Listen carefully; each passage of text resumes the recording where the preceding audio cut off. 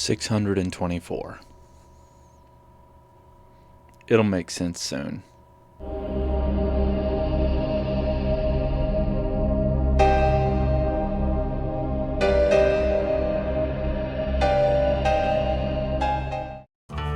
Before we even start, I want to start by saying I have gained nothing but respect for really good Call of Duty players throughout this entire experience. Growing up as a teenager in the early to mid 2000s, Call of Duty was a daily conversational piece throughout the school and community. Everyone was playing Call of Duty. People who didn't even like video games were playing Call of Duty. As a franchise selling over 550 million copies, it's easy to say that the series as a whole became a cultural phenomenon, while simultaneously creating some of the most toxic online lobbies to have ever existed.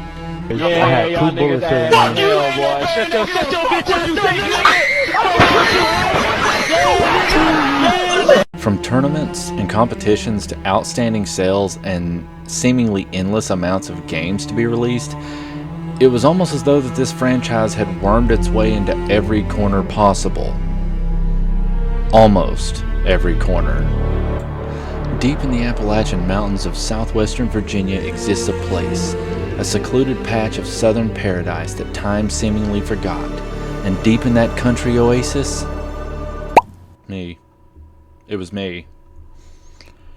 I didn't play Call of Duty. For years, I avoided Call of Duty games like the plague for one reason. In my younger years, I had this weird thing where I avoided hyper-popular games, opting for more things like classics like Mario, Sonic, Donkey Kong, Banjo-Kazooie. Yeah, I was a big Nintendo guy. I thought first-person shooters were cool, I just didn't play a lot of them. And the argument could be had about all those other games being popular as well, but it wasn't like everyone was talking about them all the time. Like, guys, it was weird, okay? I had guys that didn't even like me that much coming up to me telling me I need to go get Call of Duty so I can play online with them. It was confusing, and I, being a bit of an introvert, just really didn't want any part of it. I would go on to pick up Modern Warfare for the 360, and while I would play a few missions, I didn't really do anything much else after that. I just kind of switched off of it. I admit it was a dumb way to exist. I missed out on the initial hype for things like God of War, something that would go on to be a personal favorite of mine. Or Halo, a first-person shooter I always thought looked awesome. I just never got in on it because I guess I had this weird fear of a sense of community. That and the fear of a 10-year-old telling me I suck at Call of Duty because he slept with my mom.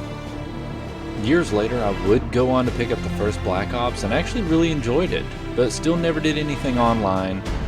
I'd grab a few matches here and there if I was hanging out with some buddies that were playing, but really all in all my experience was either had being the weakest link in a match with my friends, or just the campaign on the easiest difficulty. Needless to say, I suck at COD. Doesn't matter which one. So I guess that's the end of the video. Nothing more to say. Suck at these games, always have, always will.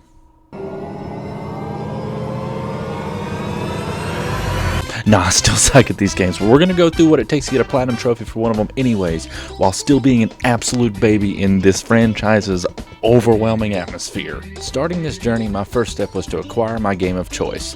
Knowing I wanted to avoid online trophies at all costs, I needed to find one that didn't have any of those. So a simple Google search for ones that didn't require online play would eventually lead me to our target.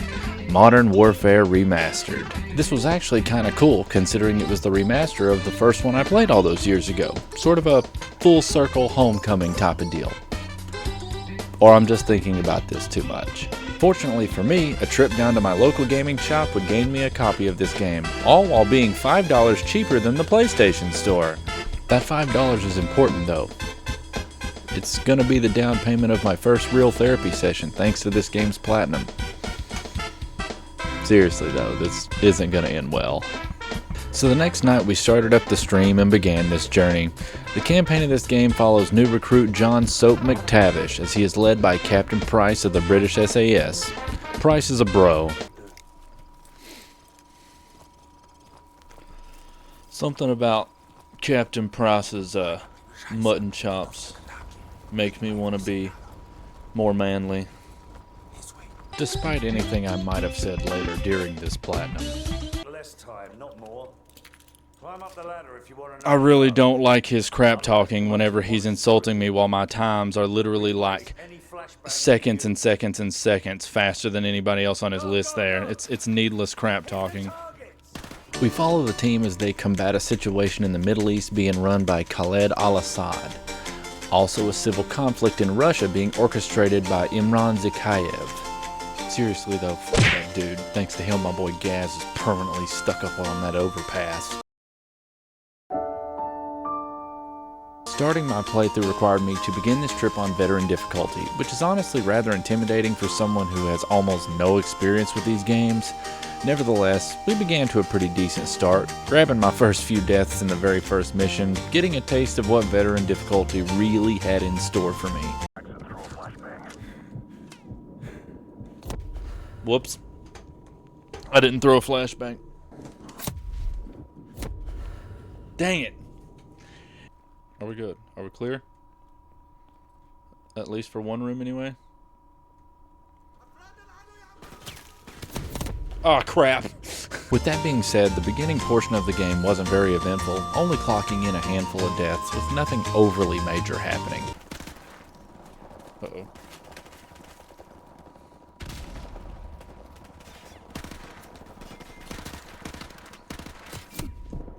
Ah, crap.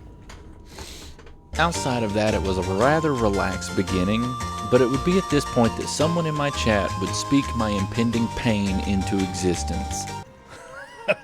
I've heard about this mission, dude, and yeah, I'm looking forward to that.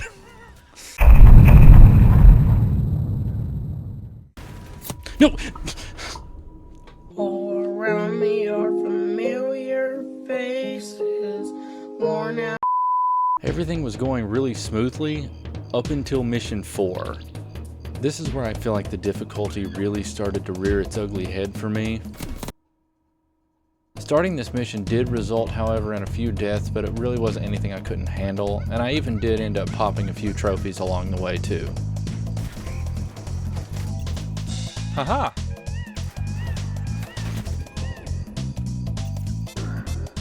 Blinded by a flashbang. Cool. Wish I could see.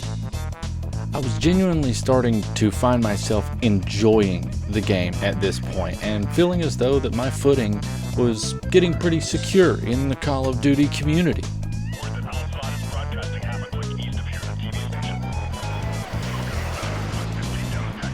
Broadcasting on a TV station?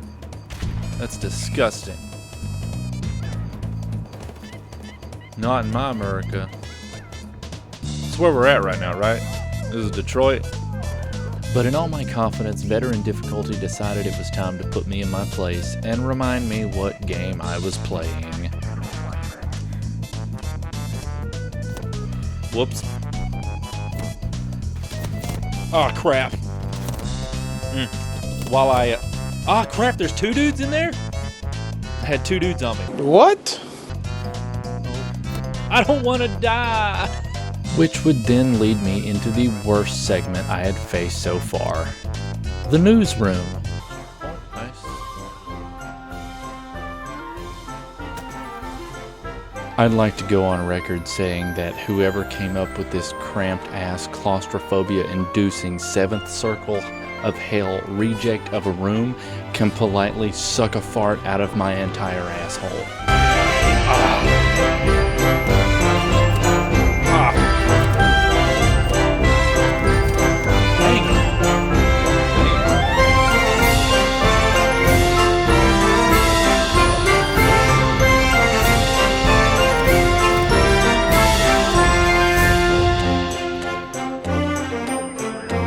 Oh my goodness. Oh my goodness. I mean, despite the fact that that room, that room just then was like super difficult, I'm actually enjoying this. Following that mission, the next one has our team in the middle of a nighttime battle where we're tasked with getting through a set of war-torn buildings while getting to take down multiple tanks with our new Stinger missile, which was honestly pretty cool. We would also get a miscellaneous trophy here for saving our friend, which is honestly something I wasn't even aware of at the time that we could do. Oh, cool. I didn't even know that was a thing. You see this? This is a collectible that I need for a trophy. 1 of 30 to be exact. It was around this time that I started realizing that apparently I need glasses, because I proceed to walk by this thing 4 times and not once do I even get curious about what it is. Like seriously, the thing is literally so bright it could burn out my corneas, and I just stroll on by multiple times. Doesn't matter how difficult veteran difficulty is if you have a checkpoint. Wow, dude, just shut up. After completing that mission, I was feeling pretty good again, and I had been popping trophies left and right for story progression or beating missions on veteran difficulty, and I say all that to bring up the fact that I got curious about what other things that the trophy list had in store for me. So upon looking through this, or failure to do so, not only do I apparently need glasses, but I also can't fucking read. Oh wow, so I'm gonna have to get that cargo ship mock-up at the beginning in less than 19 seconds. See, had I just read a little further down, I would have seen that 19 seconds was only the beginner version of that trophy. Oh, come on!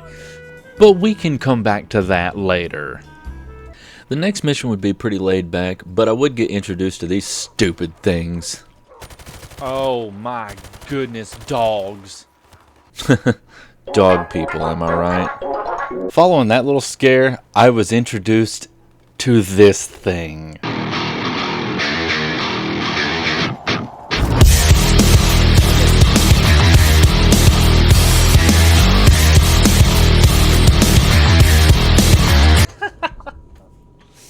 Okay. Listen, I'm not saying that getting the platinum for this game was the worst decision ever made. I'm just simply saying that if they were to broadcast my gameplay on the news, I'd be going down the highway in a white Ford Bronco rocking a fake mustache. Shut up, you stupid bitch! Luckily for me, the next mission was a simple rail shooter mission, and honestly, how do you screw that up? Those things are so tiny. That right there, that's what I'm supposed to be looking at.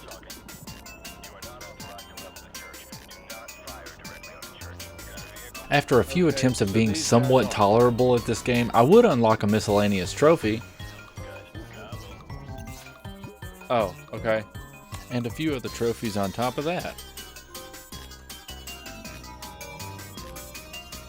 There we go.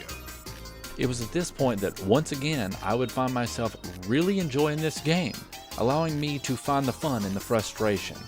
And that really highlights the quality that this game genuinely does hold. Guy's name is Corporal Gainus. I don't see it being, you know, like crazy difficulty or anything like that.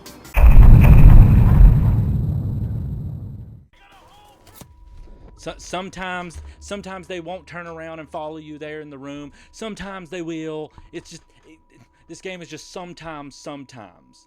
It's really not gonna end well. Things would continue to go well for the next bit, even popping another difficulty-related trophy for completing the next 2 missions. Awesome.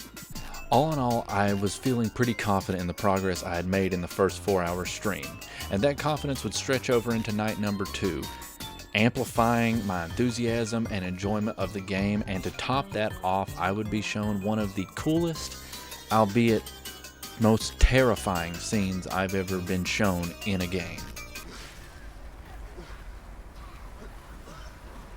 Oh no. Okay, wow. Seriously guys, A++ for this scene alone. I would find myself struggling a bit again in the next mission, not realizing that the enemies were basically infinite until I pressed forward. Was that a...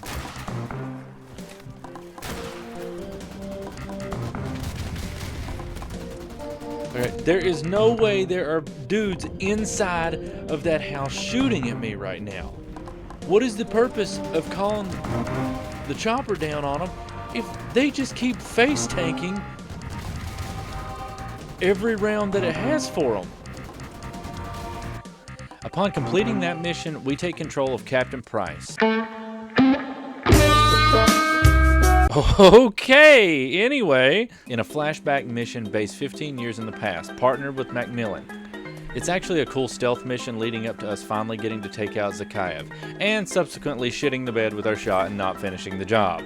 Now, I'm not proud of what came next, but in my defense, I did say it got worse.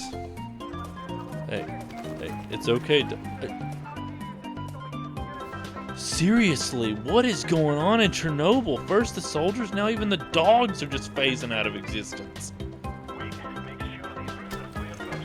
Dude, how am I supposed to know they're clear? I'm fighting ghost dogs. Thought this was Modern Warfare, not COD Ghosts. Hey, I'm a ghost. Oh my... I have...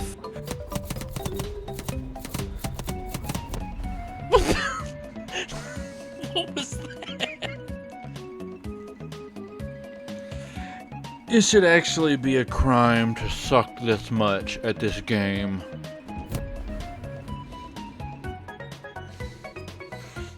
Oh my god, what is happening? How is this fun? How is this fun? No, no you don't!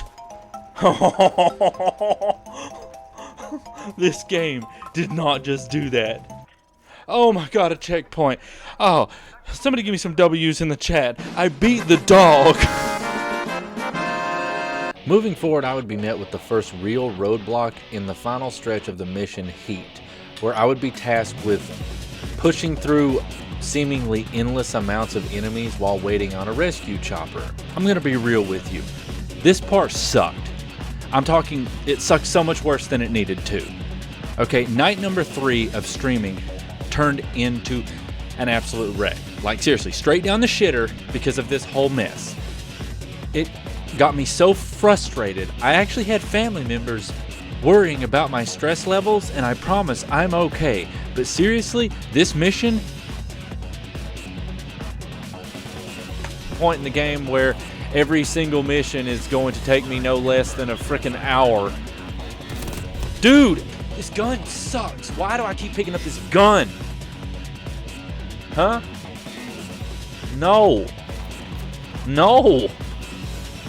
Honey, nobody's interested in watching the dude that's over here falling asleep playing the game. Sorry, babe. I promise, I sounded more mad than I actually was. I'll breathe next time.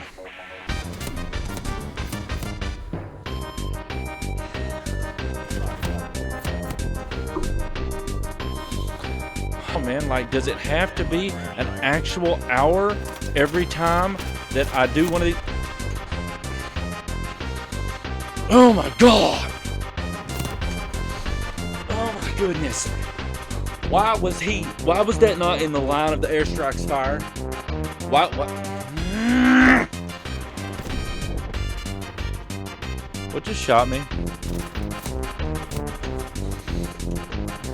I can't do this. I can't do it. I can't do it. I literally cannot do this.